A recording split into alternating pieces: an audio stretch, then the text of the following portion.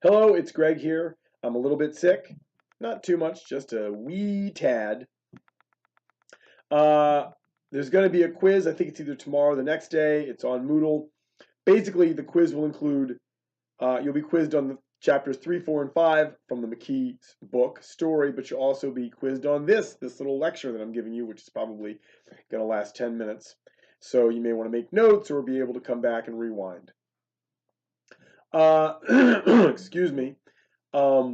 Diagrams serve three purposes, just to kind of get this back in your head. One, they force you to see the actions in a story, in a screen story. Almost all scenes in all movies have actions being taken by characters in the scene. Okay, with the exception of like establishing shots where they're just showing you a house on a corner. And for the most part, screenwriters don't need to write those.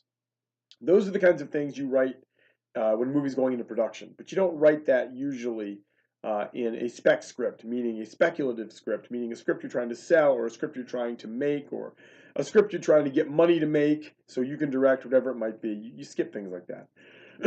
So purpose of diagramming number one, force you to see the actions, you the diagrammer. Number two, they remind you to use actions when you write, to do it actually when you're writing. So you're writing your characters, you're writing your scenes, and you say to yourself, "Oh God, I've got to give them actions." Three, they show you how much stories depend on active, not passive protagonists. Three reasons for diagramming. They force you to see actions, they remind you to use actions when you're writing, and they demonstrate how much stories depend on active protagonists. Where did I get diagramming from? By the way, I'll tell you.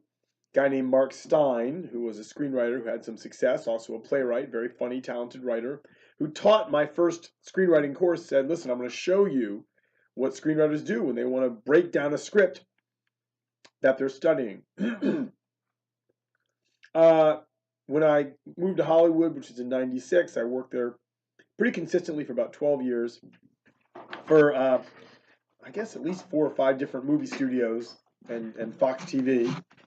Excuse me. I saw early on that the two major things that divided the successful writers are the ones that were actually doing it as a way to make a living or had a chance to make a living at it or had a chance to break in or had a chance to get their movie made.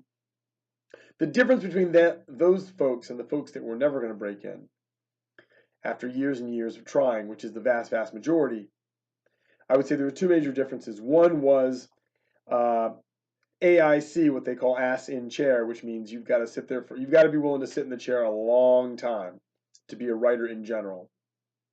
That's something you have to get used to. But that's not what I want to address now. Number two is research.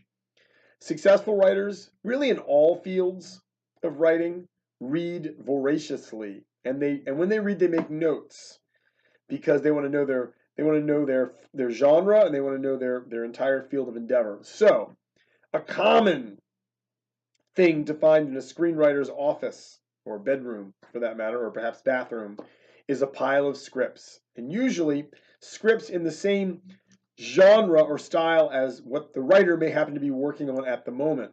Excuse me, I apologize.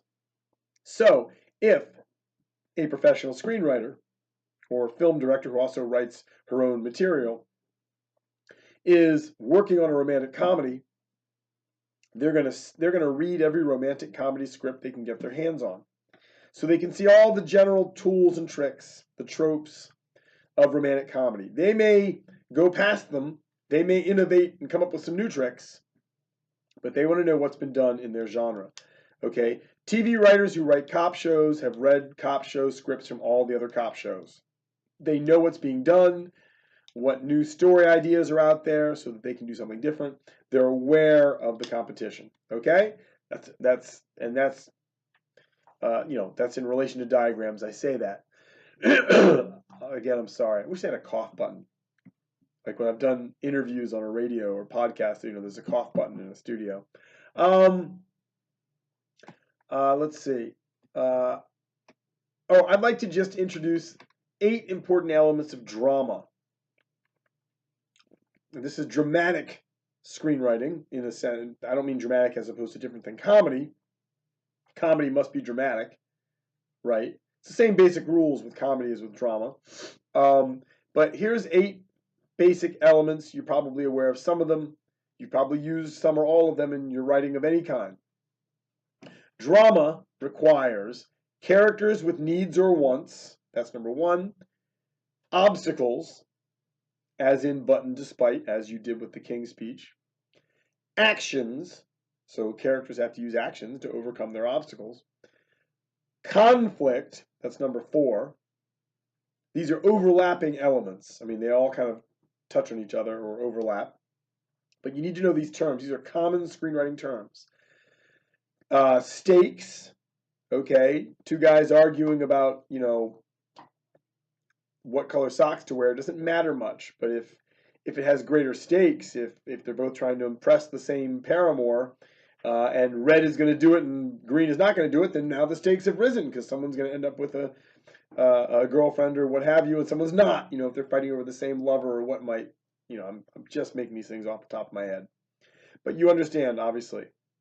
If someone says, let's roll dice for 50 cents, those are pretty low stakes. If someone says, let's roll dice, and if you lose, you die, the stakes just rose, and the viewer, as well as the reader of a script, pays much more attention when the stakes are high, okay? And then number 6 is WHN, what happens next?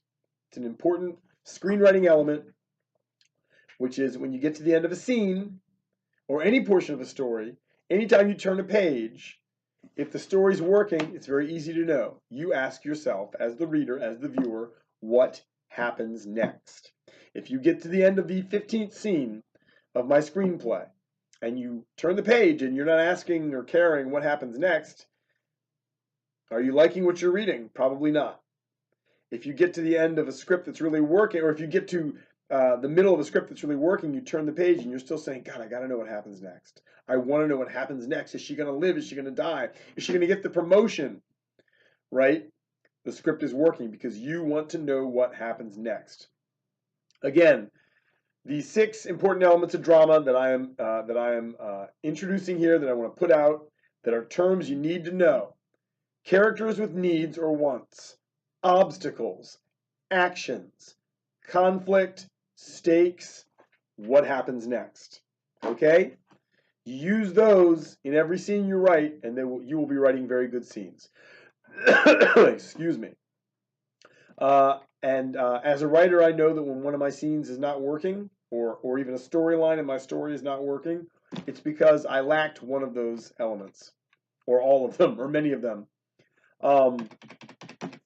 And I can identify those elements in pretty much every scene of any Star Wars movie, pretty much every scene of the Silver Linings Playbook, which is a script that I've studied pretty heavily.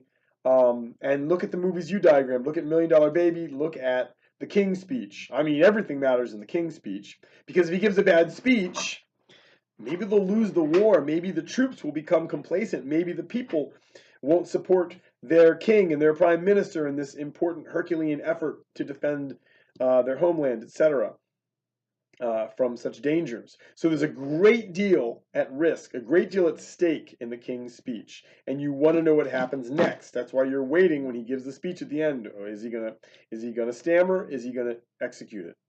Right?